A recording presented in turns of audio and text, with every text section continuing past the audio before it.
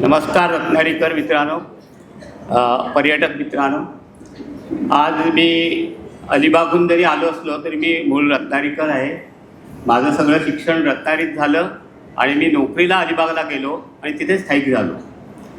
आत्ता सगळ्यांनी अमृता ट्रॅव्हल्सची वैशिष्ट्यच ऐकली आणि त्यातला सगळ्यात महत्त्वाचा भाग म्हणजे लिप पब्लिसिटी आहे. लिप पब्लिसिटी म्हणजे करंदीकर माझ्या घरीच आले. शेजारी बापट राहतात, ते रत्नागिरीचे आहेत. त्यामुळे ते माझ्याकडे आले आणि करंदीकरांनी सांगितलं, या तुम्ही बिनधास्त आमच्याबरोबर या. आणि माझी पहिली सहल निवृत्त झाल्यानंतर आम्हाला दोघांना सोयीची म्हणून आम्ही 5 सहली 9 ते 12 2009 ते 2012 या काळात 5 सहली केल्या. काश्मीरपासून कन्याकुमारीपर्यंत, हैदराबाद, मुर्डेश्वर वगैरे. आणि या सहलीचं वैशिष्ट्य असं आहे की मला माझे ज्येष्ठ मित्र ओळखणारे भेटले. तेव्हा अमृता ट्रॅव्हल्सचं वय 9 ते 12 एवढंच होतं. हळूहळू बागडायला लागली होती मंडळी. आता ती 25वीत आलेली आहे. आणि मला गंमत काय वाटते, त्यात हळबे मॅडम आहेत, तर हळबे का दाम्पत्य मला भेटलं. कानडे म्हणून भेटले. ते दोघे शिक्षक होते, मी पण एक शिक्षक आहे. प्राचार्य नाही, मी प्राध्यापक आहे. आणि मला तिथे रत्नागिरीतले अनेक लोक भेटले ज्यांनी मला 40 वर्षात पाहिलेलं नव्हतं. उदाहरणार्थ श्रीकांत घाग हा माझा वर्गमित्र होता आणि तो एका शाळेत चित्रकलेचा शिक्षक होता. त्यानंतर बरेच लोक मला असे भेटले की ज्यांना मी हाका मारल्या, ते म्हणाले तुम्ही आम्हाला ओळखलंच कसं.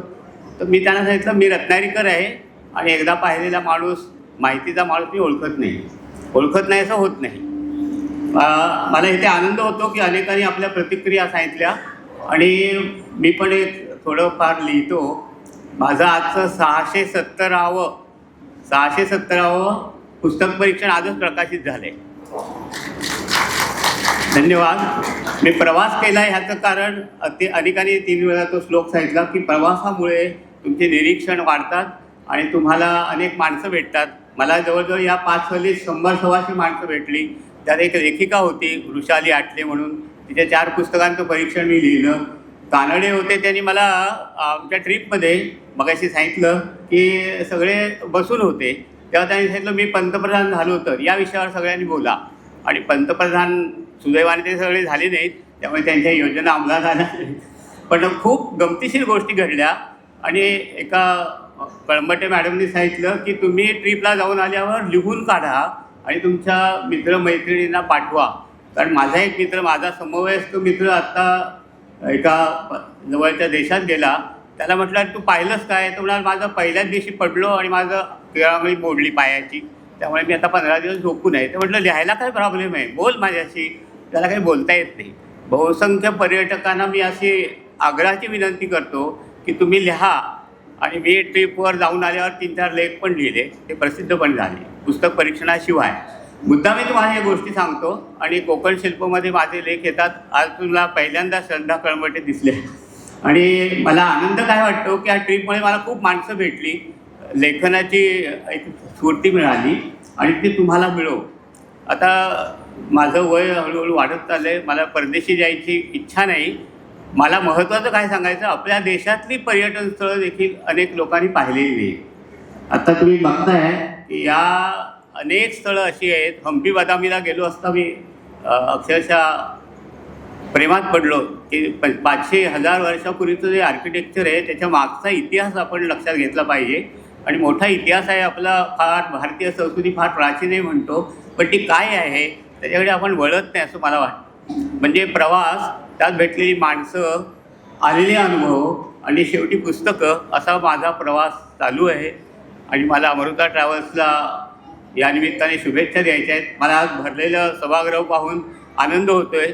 कारण हल्ली कॉलेजमध्ये, शाळा कॉलेजमध्ये विद्यार्थी असतात, त्यांची संख्या हळूहळू कमी होताना दिसते वर्गात बसण्याची. आणि मला आनंद असा होतो की या निमित्ताने मला येता आलं. एका धर्मेंद्रच्या सिनेमात आहे अलिबाग से आहे क्या, त्यामुळे त्याची चेष्टा होते, पण माझी चेष्टा झाली नाही. याचं कारण मला बोलता येतं. आणि आपले अनुभव तुम्ही आपल्या मित्रांना, मैत्रिणींना वर्तमानपत्रात लिहा आणि त्यामुळे तुम्हाला त्याच्यातनं आनंद मिळेल. त्यांनाही आनंद होईल, त्यांनाही कॉपी पाठवा. मला त्यांनी आग्रहाने बोलावलं बोलायची संधी दिली. वेळ संपत आली आहे. आकाशवाणीच्या मॅडम माझ्याकडे बघतायत.